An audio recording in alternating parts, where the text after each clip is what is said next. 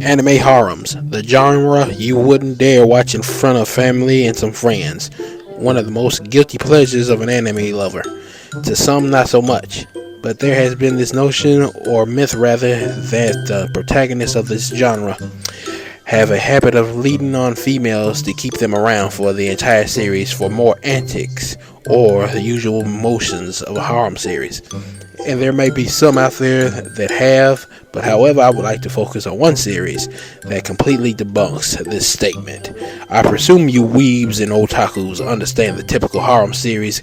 Guy meets girl, girl meets guy, all that jazz. The series we're delving into will be none other than Camphor, one of the goats of the harem genre. Now, Natsuru has the intelligence of a cinder block, and we are not focusing on him. We will just focus on Miss Shizuku Sango, the top alpha female, and some of her actions throughout the show. Now, about the protagonist leading on the females, I disagree.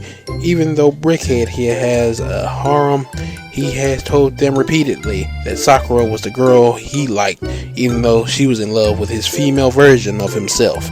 This, however, did not stop Shizuku and the other girls that were fawning over him.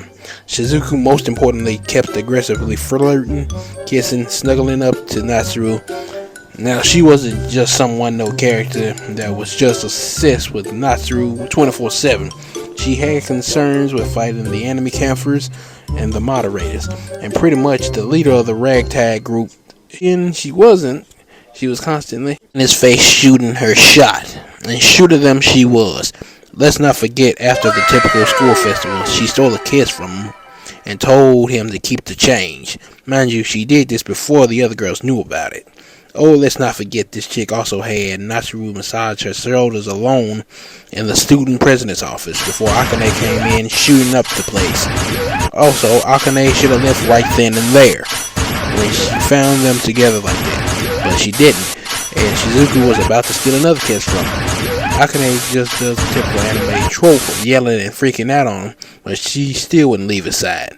Let's keep it going. Shizuku then goes out on a date with Natsuru, and right on cue starts flirting, but like all dense harem protagonists, it goes over Natsuru's head. Shizuku was in her bag.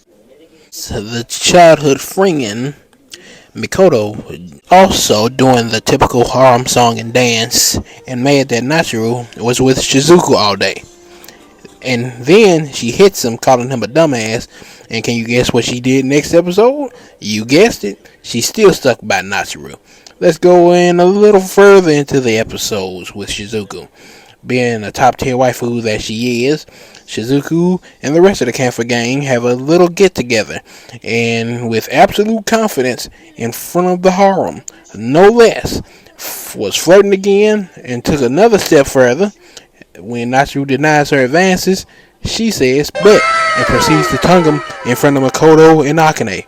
Right then and there is where it should have been raps for them, but it got so bad they were frustrated with Shizuku risen up Natsuru. They ended up kissing each other so they could practice kissing for when they get their chance with Natsuru. Oh, and in case it wasn't obvious before, they were still chasing after this dude after all that.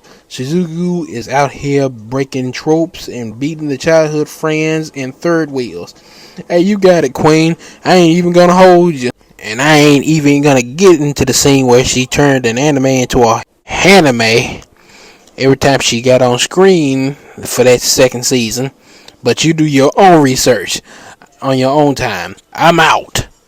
L excuses, right hand on the Bible. God can strike me down if I'm lying. That motherfucker's cheating! Take my word!